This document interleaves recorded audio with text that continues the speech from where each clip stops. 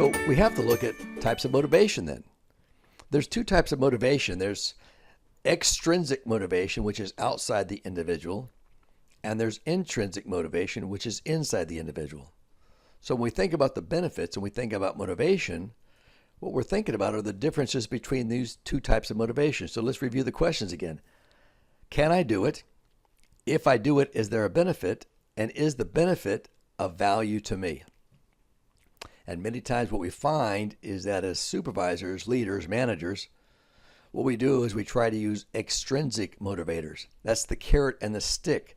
That's the reward and punishment. And although extrinsic motivation is part of our society, it's part of our way of living, the anthropology that we have together, there is a limit to how effective extrinsic motivation is.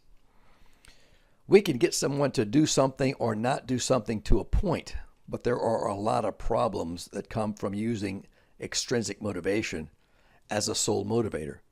An example, if we use extrinsic motivation and we use discipline, negative, the stick, then what happens is we can use that negative reinforcement. If you do this, I'm going to punish you. And it will stop behaviors that we don't want, but it doesn't start behaviors that we do want. An example of that is you have someone who's coming in late and you want them to be on time, clock in at 7 o'clock, and get to their workstation.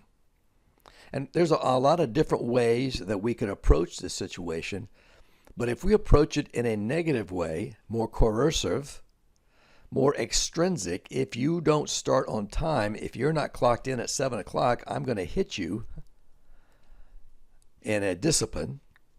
What can happen is we can stop the person from clocking in after 7. They'll be on time. But they don't create new behaviors of being ready to work at 6:45. I've seen instances, and I'm sure that you have seen it and can relate to it, where you'll have somebody who will stand at the clock at 6:59 and 59 seconds and clock in. So they're there before 7 so that they have complied, they've met the rule, but they really haven't done what we wanted them to do. So when we look at creating new behaviors, that says that takes something outside of the individual, that takes something inside the individual. And what leaders do is leaders understand the individuals, understand what it is that they want and don't want. They understand what's motivating, so that they can help the person to find intrinsic motivation. You see, I used to believe that there are some people that aren't motivated and other people that are motivated. And I've since come to believe that everyone is motivated. They're just motivated in different directions. And I think that applies for generations. When we come to that conversation, that we'll see that come out again. Everybody is motivated. They're just motivated in different directions. So from a leader perspective, we need to understand what someone is motivated by.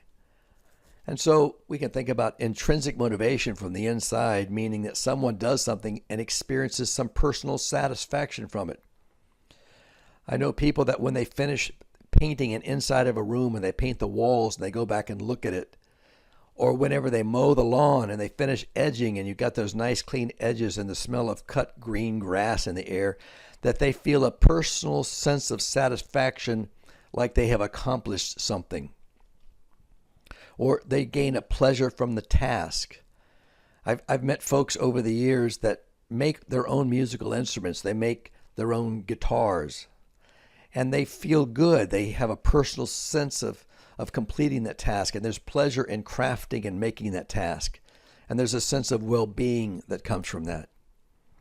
And one of the big motivators is a personal feeling of significance. We've talked about that before. But that says when folks do something and they understand the significance of what they do and how that adds value to what we do together. So there's a sense of purpose from that.